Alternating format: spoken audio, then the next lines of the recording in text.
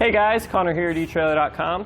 Today we're going to be taking a look at the Curt Trailer Hitch Receiver here for our 2020 Ford Fusion. As we can see, this is what the Curt Trailer Hitch looks like installed on our Fusion. It has a 1 1/4 inch receiver tube opening, which is going to allow us to do quite a bit of different things, such as towing a trailer, or we could use a bike rack or cargo carrier if we want to hit the trails or free up some space inside the vehicle. Our Curt Trailer Hitch here has a Class 2 rating, which is going to provide us with a 3,500 pound gross trailer weight rating, and this is going to be the amount we can pull on our fully loaded trailer. It's also going to provide us with a 350 pound tongue weight rating, and that's going to be the downward vertical force here on the receiver tube opening. Now, this tongue weight is going to be important whether we are towing a trailer or we have a bike rack or cargo carrier.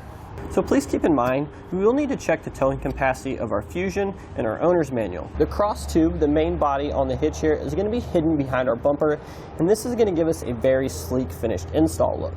So on the side of a receiver tube opening here, we're going to have a 1/2 inch diameter hitch pin hole.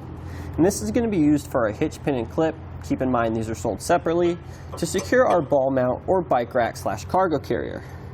We also have locking options available if you prefer one of those. So welded to the bottom of the receiver tube opening here, we have our safety chain loops. These safety chain loops are going to be perfect for these smaller S-type hooks on our smaller to medium duty trailers, and also we could even use the larger clevis hooks if we wanted. As you can see here, we have plenty of clearance even with the larger clevis hook to move our hitch pin in and out. So now we have a couple measurements here for you that are going to help when you're selecting your hitch mounted accessories, such as a ball mount or a bike rack or cargo carrier. And the first measurement we have here is the distance from the ground to the top inside edge of our hitch, which is going to be about 10 1/4 inches. Now, this is going to be useful when we're selecting our ball mount, so we make sure we get the correct rise and drop in relation to what our trailer needs. The other measurement we have for you is the distance from the center of the hitch pin hole to the outermost edge of the bumper. That's going to be about 5 inches. This measurement is going to be particularly useful when we're selecting our bike racks or cargo carriers that fold up against the vehicle, so we can make sure we don't have any interference issues.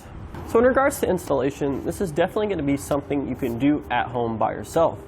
There's no cutting or drilling required, nor do we need any special tools. Therefore, we're not going to have to make any permanent modifications to our vehicle. However, keep in mind, if you have a hybrid model, such as what you see here, there is going to be an additional bracket we're going to need to make, but we sell these here through eTrailer, and we'll walk you through the process. To start our installation today, we want to come underneath the vehicle here. We need to locate this rear appearance panel, which is going to be directly below the lower bumper fascia. So this little panel here needs to come out. In order to do so, we're going to have a mix of fasteners here. We're going to have some screws, we're going to have some push pin fasteners, we're also going to have some plastic nuts on the inside. So we want to take a 7mm socket and begin by removing these screws here on the exterior of the panel. Now once our screws are removed, we're going to have these 2 plastic push pin fasteners here on the outside. What I'm going to do is take a trim panel tool here, pry the center out, and then pull the rest out. And then finally, we're going to take our 10mm socket here. As we said, we're going to have some plastic nuts here on the inside of our panel that we need to remove as well. So now we can take our rear appearance panel here and set it aside.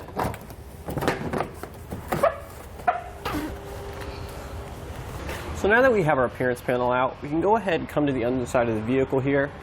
Now for this video, I went ahead and circled, yellow outlined the 2 holes that we're going to be using for our trailer hitch. So now once we have our holes identified, we want to take our bolt leader here, take the coiled end. What we're going to do is we're going to start with this rearwardmost hole. We're going to fish this through our access hole in the frame out here. Just like that. And then we can take the other end here.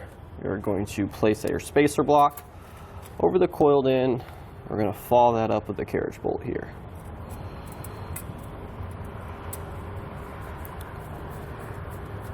Then we're going to shove our spacer block through the access hole in the frame.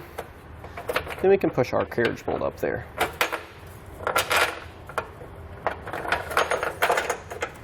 And pull it through. Then we have one more to do on this side, and then we're going to repeat the same process on the other side of the vehicle. Alright, so the next step of our installation here, before we raise the hitch up into position, we need to remove the speaker here. Now in order to do that, we're going to have a pigtail up at the top. We need to depress that connector and then pull out. As you can see, our pigtail will come down. And then we're going to have a few nuts on the inside here, which we're going to need an extension and a 10mm socket for. So they're going to be kind of hard to see, but you should be able to feel for them and get them loose. So we've already taken out one. We were just removing the last one there. I'm going to go ahead and spin that the rest of the way off. And this device should come out, down, and off the vehicle. So now for this next part, we're going to go ahead and make a bracket so we can reinstall our speaker here on the exterior of our vehicle. Now if your particular model didn't come with this speaker here, then you can obviously just skip this step. So what we're going to do is we're going to take this no drill bracket, which we sell through etrailer.com. So you will need this unless you want to make one of your own. So the no drill bracket you're going to receive is going to look a little bit different from this. The only thing we've done so far is we just made a little bend here about the center of that tab, just like so. So all you need to do is take a hammer and a flat edge surface and bend the bracket to look similar to this. So we're going to come underneath here and we're going to see the two studs that our speaker was mounted to before we removed it. What we're going to do is we're going to take the flat edge on our no drill bracket.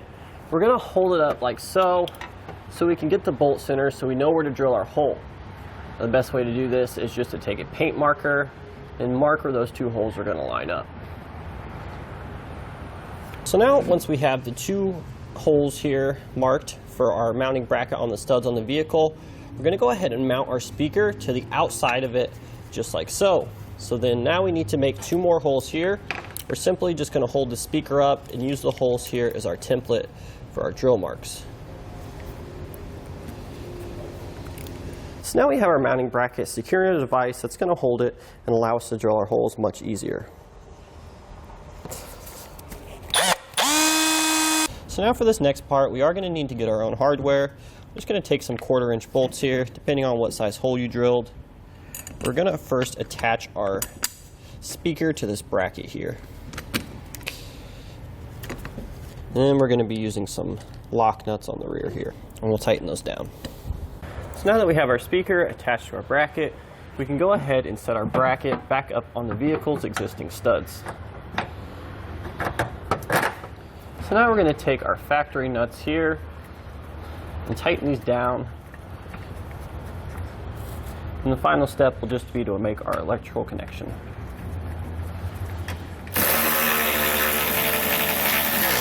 So now in order to reconnect our electrical connector here, we're actually going to have to undo this little push pin fastener here to give us more slack.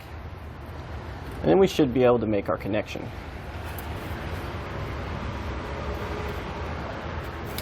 Just like that. Now with an extra set of hands, we can go ahead and set our hitch up into position on the vehicle. We need to set our bolt leaders through the front and rear hole on our trailer hitch, and then raise it against the frame. Once we've done that, I'm going to use my finger to pin the bolt against the side of the frame, so when we remove the fish wire like there, it doesn't jump back up. Now we're just going to loosely thread on our flange nuts.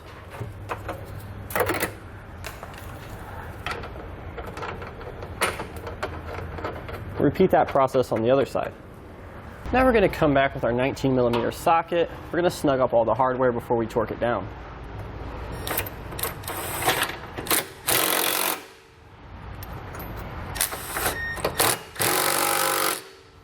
Now we're going to come back with our torque wrench here and our 19mm socket.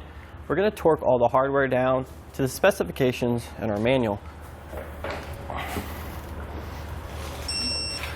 Now with all of our fasteners torqued down, that's going to complete our look and installation of the Curt Trailer Hitch Receiver here for our 2020 Ford Fusion.